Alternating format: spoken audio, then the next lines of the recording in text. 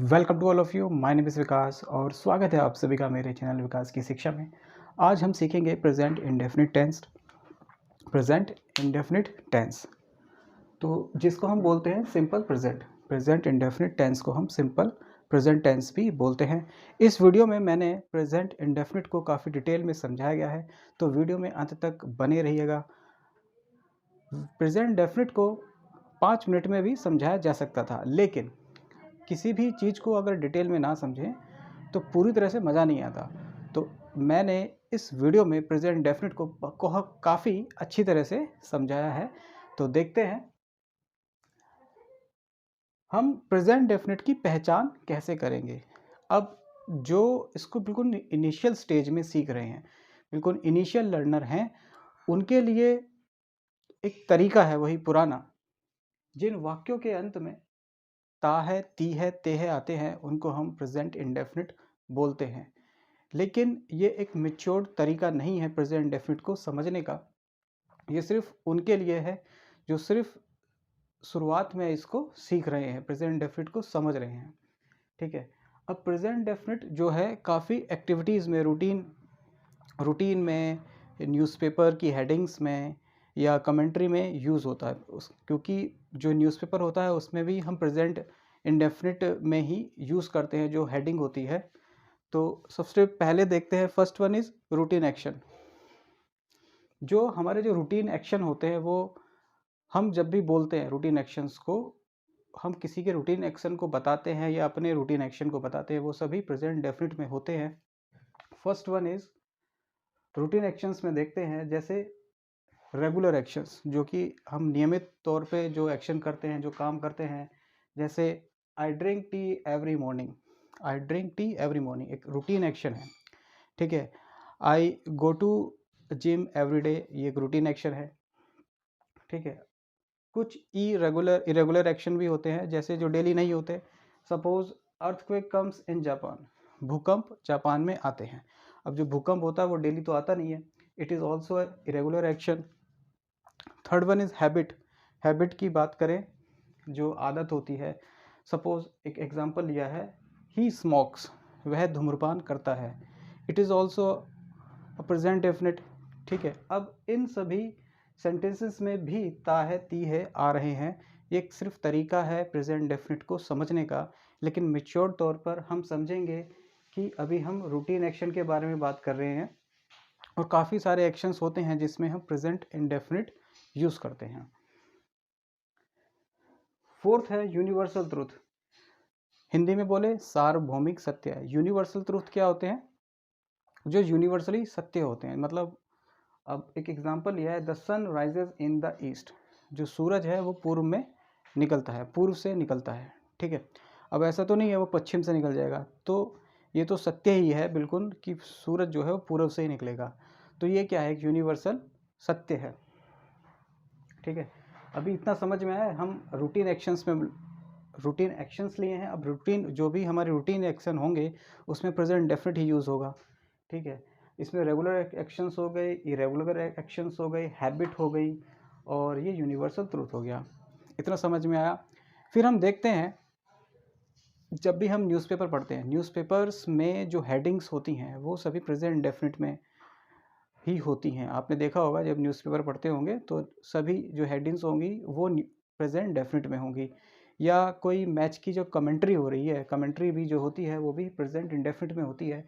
जैसे हम देखते हैं कोई बैट्समैन है, अगर वो खेल रहा है उस समय, तो जो कमेंटेटर होता है वो किस तरह से बोलता है, ये देखिए अभी ये 6 मारते हैं और बॉल जाके गिरती है, पवेलियन में गिरती है और देखिए दर्शक इसको वापस उठा के देते हैं।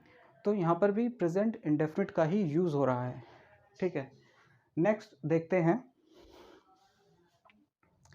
फ्यूचर के प्लान्ड और फिक्स टाइम टेबल में भी हम प्रेजेंट डेफिनिट को भी यूज़ करते हैं। अब फ्यूचर के जो प्लान्ड हैं, जो पहले से फिक्स होते हैं। अब जैसे कोई मूवी है, वो मूवी 9 बजे आती है, तो हम पूछ रहे हैं किसी से कि भैया मूवी कितने बजे आएगी या ये सीरियल कितने बजे आएगा, तो वो जो दूसरा बंदा है वो कहेगा जी ये तो 9 बजे आता है। ठीक है। It it it broadcast at 9 AM 9 PM whatever. तो एक एग्जांपल है, जैसे मैच के बारे में ही लेते हैं। The match starts at 9 o'clock। अब किसी ने पूछा मैच कितने बजे स्टार्ट हुआ, तो वो कहता है जी मैच तो 9 बजे ही चालू होता है। तो यहाँ पर भी प्रेजेंट इंडेफिनिट है, इसमें भी ता आ गया लास्ट में, होता है the match starts at 9 o'clock।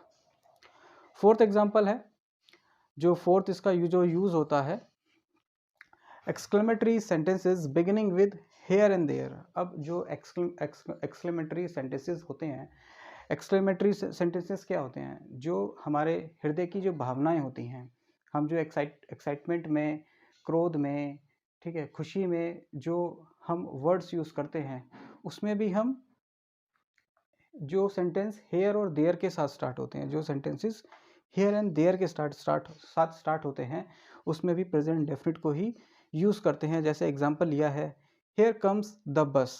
यहाँ पे एक एक्सक्लेमेटरी चिन्ह या बोले तो एक्सक्लेमेटरी साइन लगा हुआ है।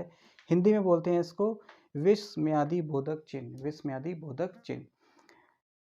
हेयर कम्स द बस, तो ये एक्सप्रेशन के साथ बोला गया है ना, जो हृदय की जो भावनाएं होती हैं उसके साथ बोला गया है। यहाँ बस आती है, लाइक ऐसे, यहाँ बस आती है। तो ये क्या है, एक एक्सक्लेमेटरी सेंटेंस है। There she goes, there she goes, वह वहाँ जाती है, वह वहाँ जाती है। तो ये क्या है, एक हमारे एक्सप्रेशन है, ये हमारा एक भाव है, ठीक है। तो यहाँ पे हम एक्सक्लेमेटरी साइन का यूज़ करेंगे। फिफ्थ है, इन विविड नैरेटिव। अब विविड नैरेटिव क्या होते हैं, विविड से मतलब क्या होता है, चटकीला, किसी बात को बहुत बड़ा चढ़ा के बोलना, है ना, बहुत ही हाईलाइट वे में बोलना, विविड नैरेटिव। विविड नैरेटिव्स क्या होते हैं, नैरेटिव क्या होगा, कोई वर्णन कर रहे हैं किसी कहानी का, हम किसी की कहानी के बारे में बता रहे हैं, किसी इवेंट के बारे, किसी घटना के बारे में बता रहे हैं, वो हम नैरेटिव, ठीक है। उसमें भी हमारा प्रेजेंट डेफिनेट ही यूज़ होता है as a substitute for simple past. क्योंकि जो भी स्टोरी है, हम अब जब किसी स्टोरी के बारे में या घटना के बारे में बताएंगे, वो पहले से घट चुकी है। अब हम जब उसके बारे में बताएंगे तो हम पास्ट के बारे में ही बताएंगे, लेकिन ये पास्ट के सब्स्टिट्यूट की तरह यूज़ होता है। सब्स्टिट्यूट मतलब क्या, के बदले में, पास्ट के बदले में यूज़ होता है। जैसे एक मैंने एग्जांपल लिया है, Sourav now rushes forward and deals a heavy blow to Rustam. अब ये हम किसी घटना के बारे में या स्टोरी के बारे में बता रहे हैं, कोई भी बता रहा है, तो कैसे उसने कहा, Sourav now rushes forward, Saurabh अब जाता है आगे, है ना, सौरभ अब आगे जाता है। वो एक वर्णन कर रहा है, हो तो रहा सब पास्ट में हुआ है, भूतकाल में हुआ है, लेकिन वो वर्णन कर रहा है, सौरभ अब आगे जाता है and deals a heavy blow to Rustam, और डील करता है, कैसे डील करता है रुस्तम को, उसको एक जोरदार झटका देता है। मतलब वो बता रहा है कि सौरभ अब तेजी से जाता है और रुस्तम को एक जोरदार झटका देता है। तो ये हम पास्ट की बात को बता रहे हैं, तो इसमें भी हम प्रेजेंट डेफिनिट का यूज़ करते हैं। इतना समझ में आया, बाकी आगे देखते हैं। अभी जो हमने समझा कि प्रेजेंट डेफिनिट को हम रूटीन एक्शंस में यूज़ करेंगे, रेगुलर एक्शंस हो गए, इरेगुलर एक्शंस हो गए, हैबिट्स हो गई, यूनिवर्सल ट्रूथ हो गया, न्यूज़पेपर की हेडिंग हो गई, और स्पोर्ट्स कमेंट्री हो गई, ठीक है। और यहाँ हमने देखा जो फ्यूचर के प्लान हैं, कि अगर कोई मैच स्टार्ट होगा, हम पूछते हैं कितने बजे स्टार्ट होगा, दूसरा जो बंदा है वो हमें किस तरह जवाब देगा, the match starts at 9 o'clock, match तो 9 बजे स्टार्ट होता है, ठीक है। यहाँ पर भी हमने प्रेजेंट डेफिनिट यूज़ कर लिया। अब जो एक्सक्लेमेटरी सेंटेंसेस होते हैं, उसमें भी हेयर एंड देयर से जो स्टार्ट होते हैं, वहाँ पे भी हमने प्रेजेंट डेफिनिट यूज़ कर लिया। और जो चटकीले वर्णन होते हैं ना, किसी बात को बहुत ही हाईलाइट वे में, हाईलाइट वे में बोला जाता है, वहाँ पर भी प्रेजेंट डेफिनिट यूज़ करते हैं। दोस्तों, ये मैंने काफ़ी सारे बुक्स को पढ़ने के बाद ये जो वीडियो है बनाया है, तो सिर्फ ये एक बुक का निचोड़ नहीं है। इसमें मैंने काफ़ी सारी बुक्स को देखा है कि सब में किस तरह से प्रेजेंट डेफिनिट को शो किया गया है, उसके बाद मैंने ये वीडियो बनाया है। तो वीडियो में अंत तक बने रहिएगा। बाकी आगे देखते हैं। सिक्स्थ जो यूज़ है प्रेजेंट इंडेफिनिट टेंस का, यूज्ड टू इंट्रोड्यूस कोटेशन। अब प्रेजेंट डेफिनिट का यूज़ हम करते हैं कोटेशंस में। जब कोई भी स्कॉलर होते हैं, स्कॉलर मीन्स जो विद्वान होते हैं, अपनी बातों को जो कहने में, जो कवि होते हैं, मतलब जो इन्वायरमेंट या प्रकृति की बातों को जो वो बताने में जो कोटेशन यूज़ करते हैं, जो कोट्स लिखते हैं, उसमें भी हम वो क्या करते हैं, प्रेजेंट डेफिनेट का यूज़ करते हैं। जैसे एक कोट हम देखते हैं, कीट सेज, कीट कहता है, a thing of beauty is a joy for ever. इसका क्या मतलब है, जो वस्तु है, सुंदरता की जो वस्तु है, is a joy for ever, वो अनुभूति देती है उसकी सुंदरता की उस वस्तु के बाद भी। ठीक है, सौंदर्य की अनुभूति सौंदर्यवान वस्तु से अधिक समय तक बनी रहती है। मतलब वो जो सौंदर्य देने वाली जो वस्तु है, वो अगर ख़त्म भी हो जाए तो उसकी सौंदर्य की अनुभूति आगे तक बनी हुई रहती है। ठीक है, तो यहाँ पर भी जो प्रेजेंट डेफिनिट का यूज़ हुआ है। ओके, 7th है, अभी लास्ट है, किसी एक्शन का महत्व हो और उसे होता हुआ दर्शाया जाए।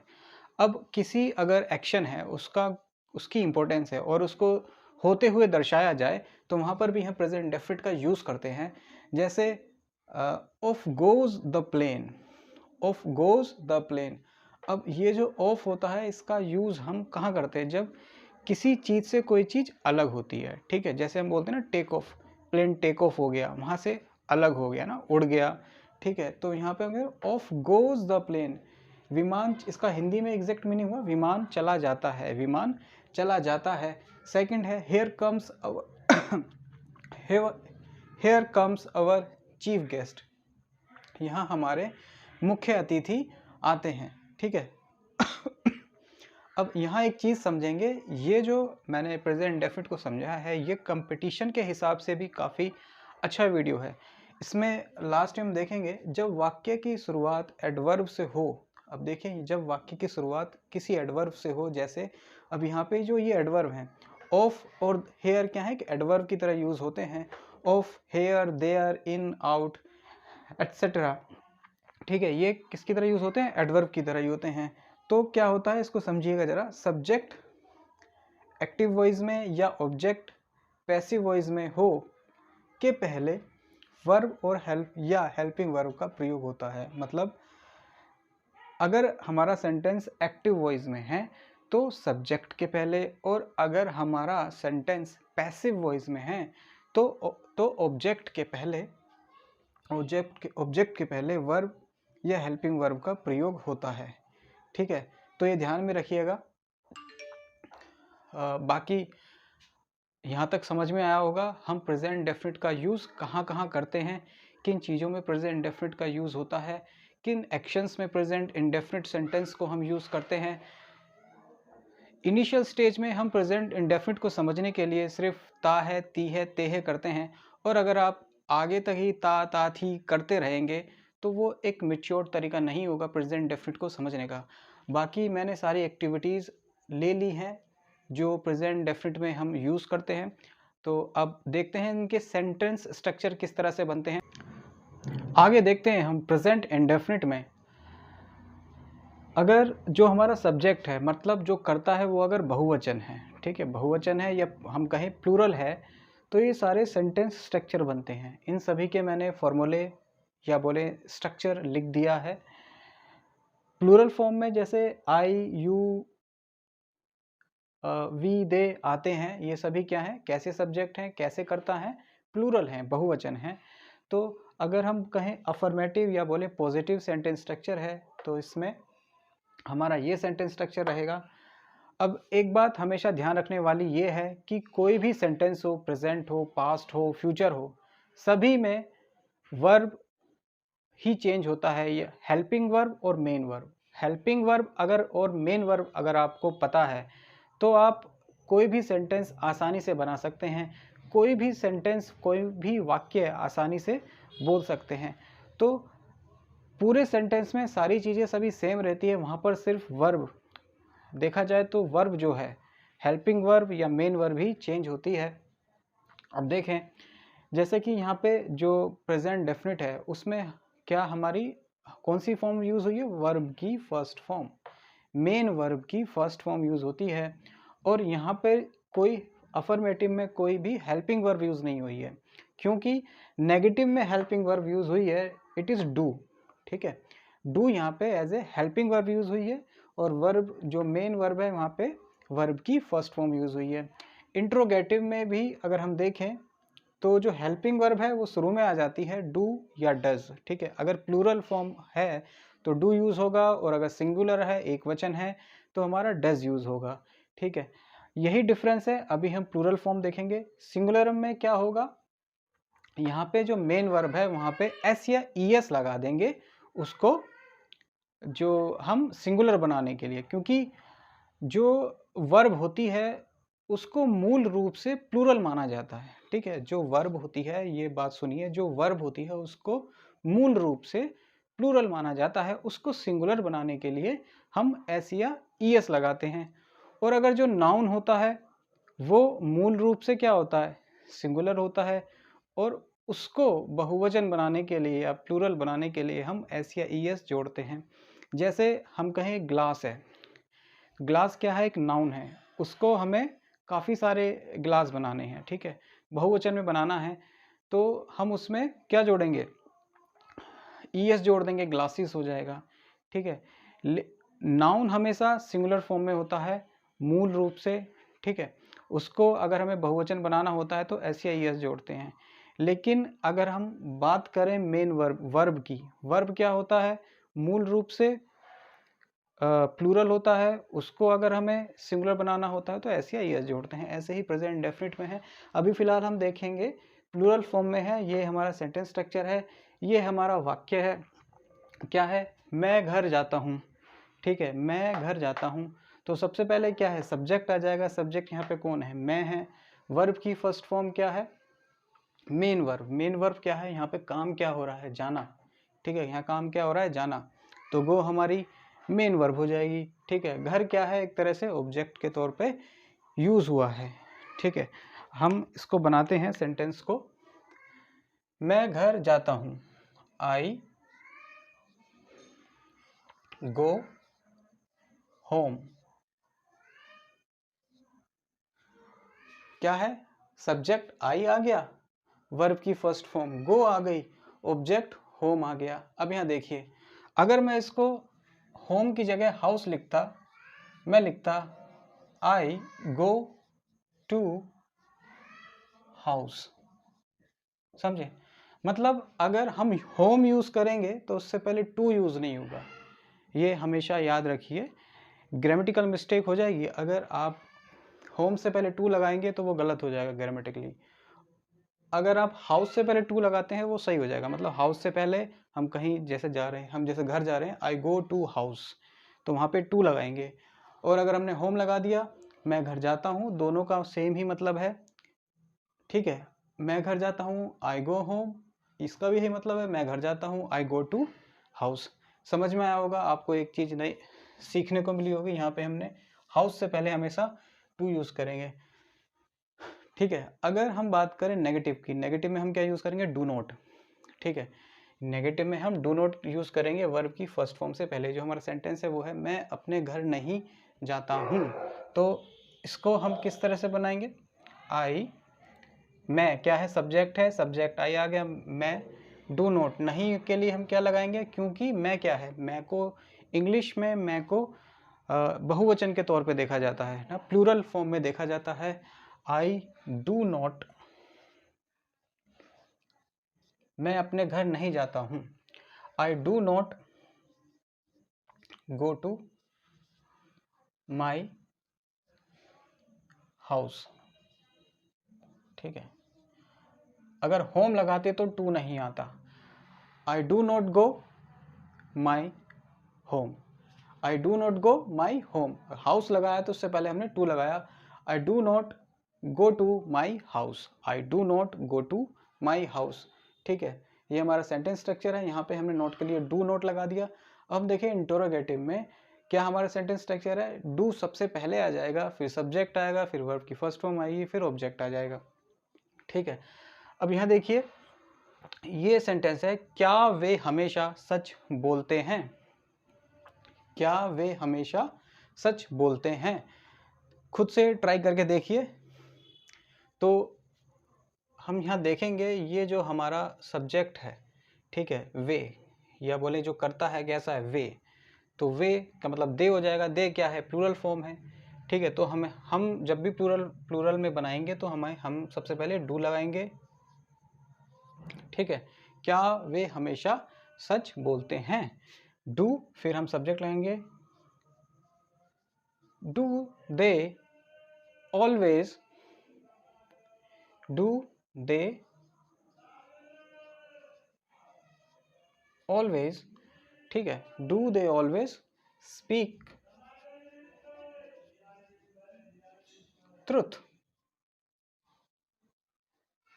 ठीक है, do they always speak truth, क्या वे हमेशा सच बोलते हैं?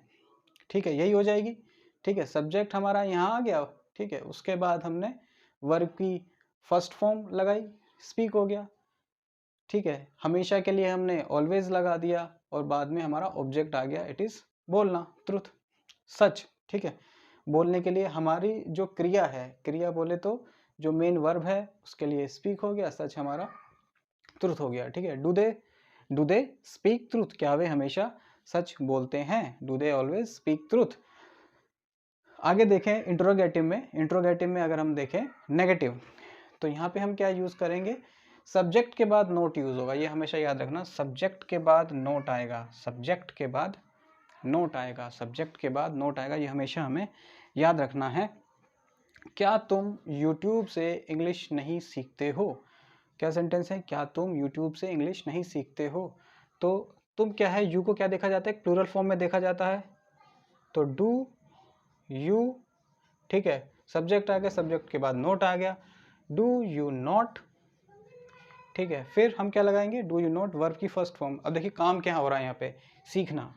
ठीक है, काम क्या हो रहा है यहाँ पे? सीख रहे हैं, सीखने के लिए क्या होगा? Learn. Do you not learn, do you not learn, क्या सीख रहे हैं? इंग्लिश।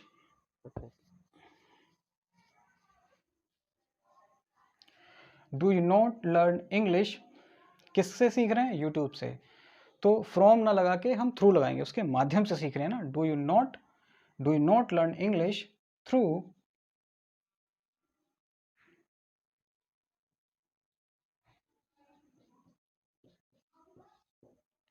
यूट्यूब। ठीक है, do you not learn English, do you not learn English through YouTube, क्या तुम यूट्यूब से इंग्लिश नहीं सीखते हो? ठीक है, नेक्स्ट है व्हाट टाइप, मतलब जहाँ पे किसी सेंटेंस में जब क्वेश्चन वाचक जो शब्द है, जैसे कौन हो गया, किसको हो गया, वो वाक्य के बीच में आता है ना, उसको हम क्या बोलते हैं? What type. तो उसके लिए जो सेंटेंस स्ट्रक्चर है वो ये बनेगा, व्हाट टाइप वर्ड पहले आएगा, फिर डू आ जाएगा, फिर सब्जेक्ट आएगा, फिर वर्ब की फर्स्ट फॉर्म, फिर ऑब्जेक्ट आ जाएगा। ये सारे जो सेंटेंस स्ट्रक्चर हैं सभी मैंने अभी प्लूरल फॉर्म के लिए लिए हैं, अभी सिंगुलर फॉर्म के लिए इससे आगे बताऊंगा। तो इसको हम बनाएंगे, तुम्हें अब कौन बुलाता है। आप इसको बनाइए ज़रा, तुम्हें अब कौन बुलाता है। तो इसको कैसे बनाएंगे? सबसे पहले आएगा व्हाट टाइप वर्ड, तो तुम्हें अब कौन बुलाता है। ठीक है, ये व्हाट टाइप वर्ड है, कौन। तो हु, अब यहाँ एक चीज समझने वाली है, हु के बाद डू या डज यूज नहीं करेंगे, हु के बाद डायरेक्ट क्या आ जाएगी? Main verb. ठीक है, तुम्हें अब कौन बुलाता है, who calls you now, who calls you now. Next है तुम किसको पढ़ाते हो, इसकी हो जाएगी तुम किसको पढ़ाते हो। इसके लिए हम क्या बनाएंगे? अब यहाँ देखिए, यहाँ पे एक चीज़ समझने वाली थी जो मैंने अभी आपको बताया, हु के बाद डू या डज नहीं आएगा, वर्ब की फर्स्ट फॉर्म आएगी। हु के बाद डू या डज यूज़ नहीं करते, लेकिन अगर नेगेटिव है तो वहाँ पे हमें डज नोट या डू नोट तो यूज़ करना पड़ेगा। ठीक है, समझ रहे हैं? मैं अब अगर बोलूँ तुम्हें अब कौन नहीं बुलाता है, तुम्हें अब कौन नहीं बुलाता है, तो क्या बनाएंगे? Who doesn't call you now, who doesn't call you now. ठीक है, अब यहाँ पे जो हु है, अब यहाँ पे मैंने डजंट लगाया, डजंट क्यों लगाया? डजंट तो सिंगुलर फॉर्म होती है, लेकिन हु किसको, जो हु डजंट किसको रिलेट कर रहा है? हु को रिलेट कर रहा है, वो यू को नहीं रिलेट कर रहा। अगर यू को रिलेट करता तो हम डू लगाते हैं ना, हु डू नॉट कॉल। ठीक है, हु क्या है? हु एक कोई सिंगुलर व्यक्ति है, वो क्या है? तो वहाँ पे हम क्या लगाएंगे, डज नॉट लगाएंगे। Who doesn't call you now, who doesn't call you now, तुम्हें अब कौन नहीं बुलाता है, who doesn't call you now, समझ में आया होगा। नेक्स्ट है तुम किसको पढ़ाते हो, तुम किसको पढ़ाते हो, तो इसको हम लिखेंगे whom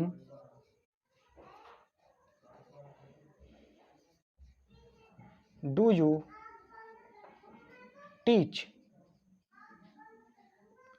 whom do you teach, ठीक है, तुम किसको पढ़ाते हो, whom do you teach, इतना आपको समझ में आया होगा।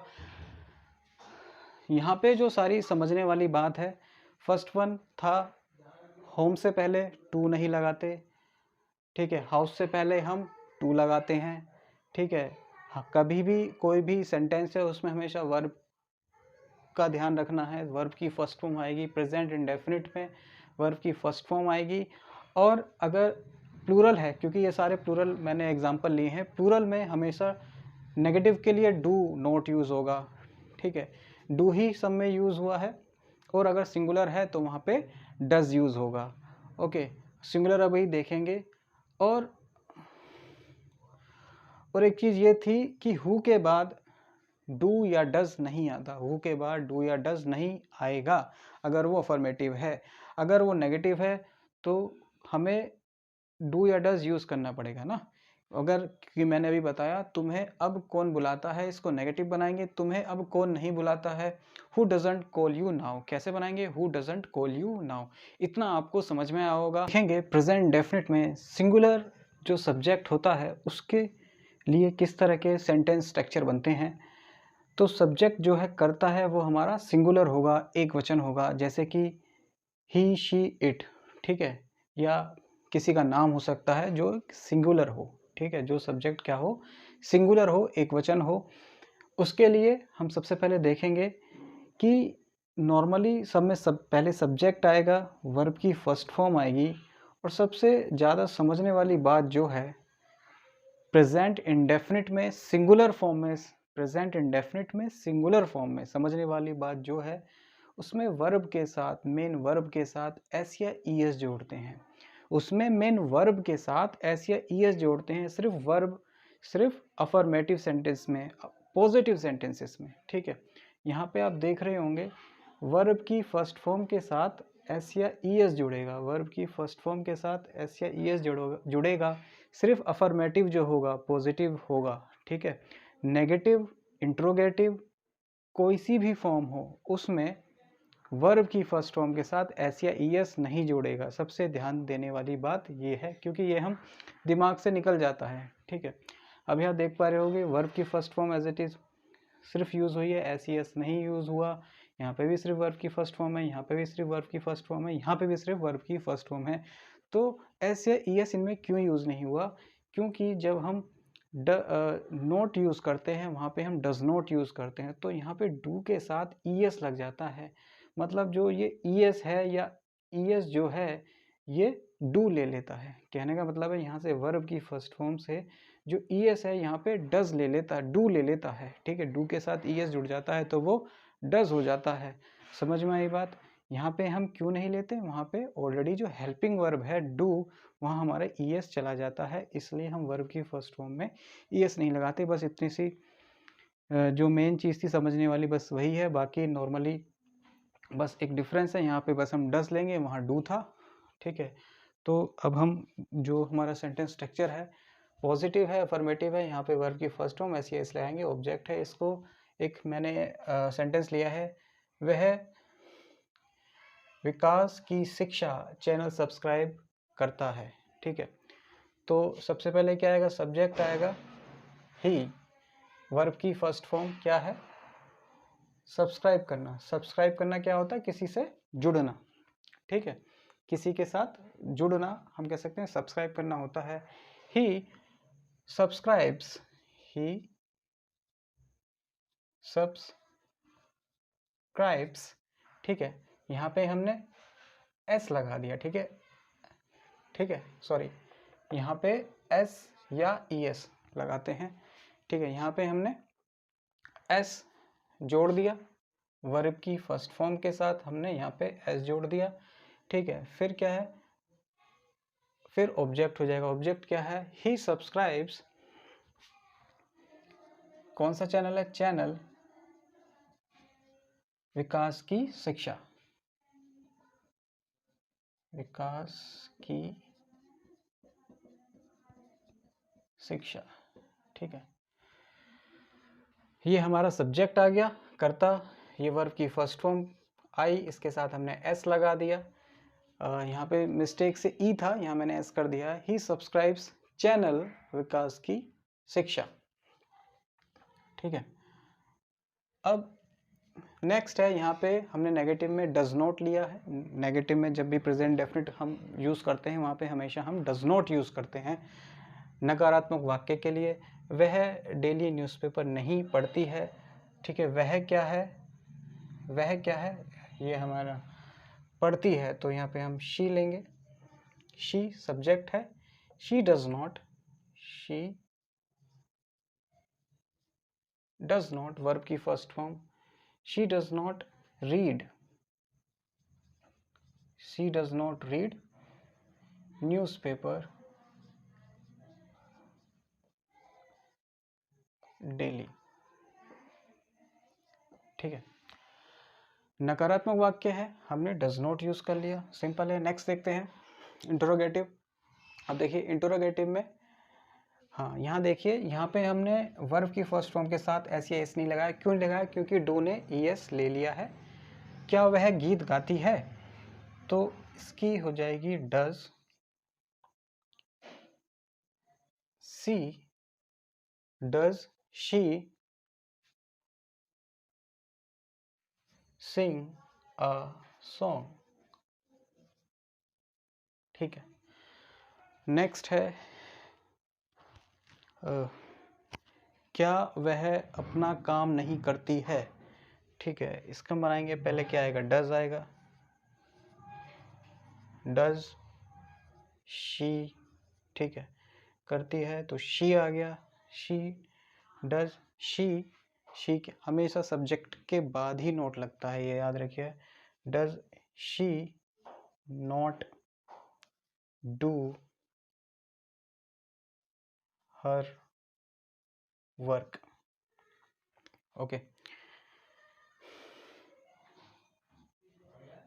क्या वह अपना काम नहीं करती है, does she not do her work. देखिए यहाँ पे डज क्या है, एक हेल्पिंग वर्ब है, और जो डू क्या है, यहाँ पे मेन वर्ब की तरह यूज हो गया है।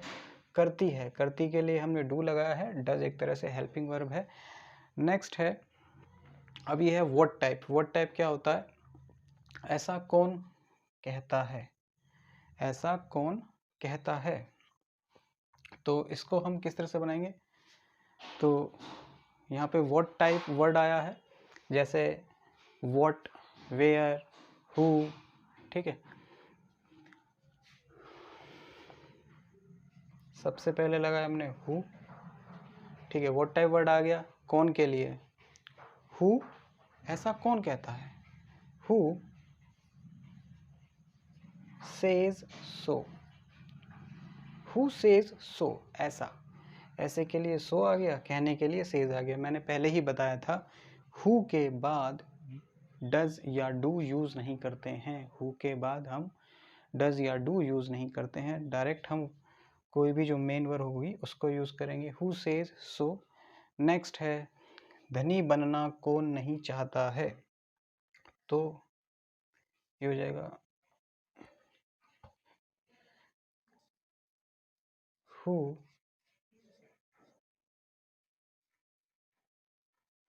Doesn't want to be rich। ठीक है, who doesn't want to be rich। आगे इसमें देखते हैं, जो सेंटेंस जो उन वाक्यों में कभी नहीं आता है, क्या उसमें वर्ब की फर्स्ट फॉर्म के साथ एस या ईएस हम जोड़ते हैं। तो ये एग्जांपल लिया है मैंने, ये लगा, वह झूठ कभी नहीं बोलता है, तो यहाँ पे कभी नहीं के लिए हम नेवर यूज़ करेंगे, डू नॉट या डज नॉट नहीं यूज़ करेंगे। ठीक है, अब अगर वो सिंगुलर है ना, सिंगुलर है तो वहाँ पे SEIS लगाएंगे, प्लूरल में तो हम SEIS लगाते ही नहीं है। ठीक है, वर्ब की फर्स्ट फॉर्म के साथ अगर प्लूरल है तो वहाँ हम SEIS नहीं लगाते, और अगर सिंगुलर है तो वहाँ हम SEIS लगाएंगे। कब? अगर वो नेवर है। तो वह झूठ कभी नहीं बोलता है। He never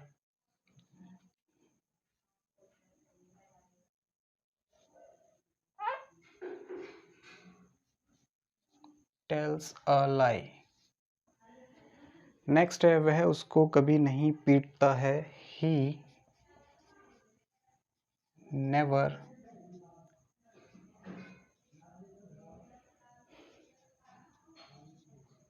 beats him. He never beats him, वह उसको कभी नहीं पीटता है। He never beats him. ठीक है, एक रूल देखते हैं हम, किन वर्ब्स के बाद ES जोड़ते हैं, है ना, किन वर्ब्स के लास्ट में ES जोड़ते हैं। जिन वर्ब के अंत में, लास्ट में अगर ये अल्फ़ाबेट आते हैं, SS, SH, CH, YO, उनके लास्ट में हम ES जोड़ते हैं। क्यों जोड़ते हैं? क्योंकि हमें वर्ब को सिंगुलर बनाते हैं, इसलिए हम उसमें ES जोड़ते हैं। जैसे पास का हो जाएगा पासेस, पनिश का हो जाएगा पनिशेस, इसमें ES जुड़ गया। प्रीच का हो जाएगा प्रीचेस, इसमें ES जुड़ गया। अब देखिए यहाँ पे फ्लाई का हो जाएगा फ्लाइज, Y का I बन जाएगा और ES जुड़ जाएगा। Y जो है उसका I बन जाएगा और ES जुड़ जाएगा। डू का डज हो जाएगा, डू का डज हो जाएगा। डू में O आया है लास्ट में तो ES जुड़ जाएगा। अगर वीडियो आपको अच्छा लगा तो प्लीज़ लाइक एंड सब्सक्राइब, और मिलते हैं नेक्स्ट वीडियो में। Thank you.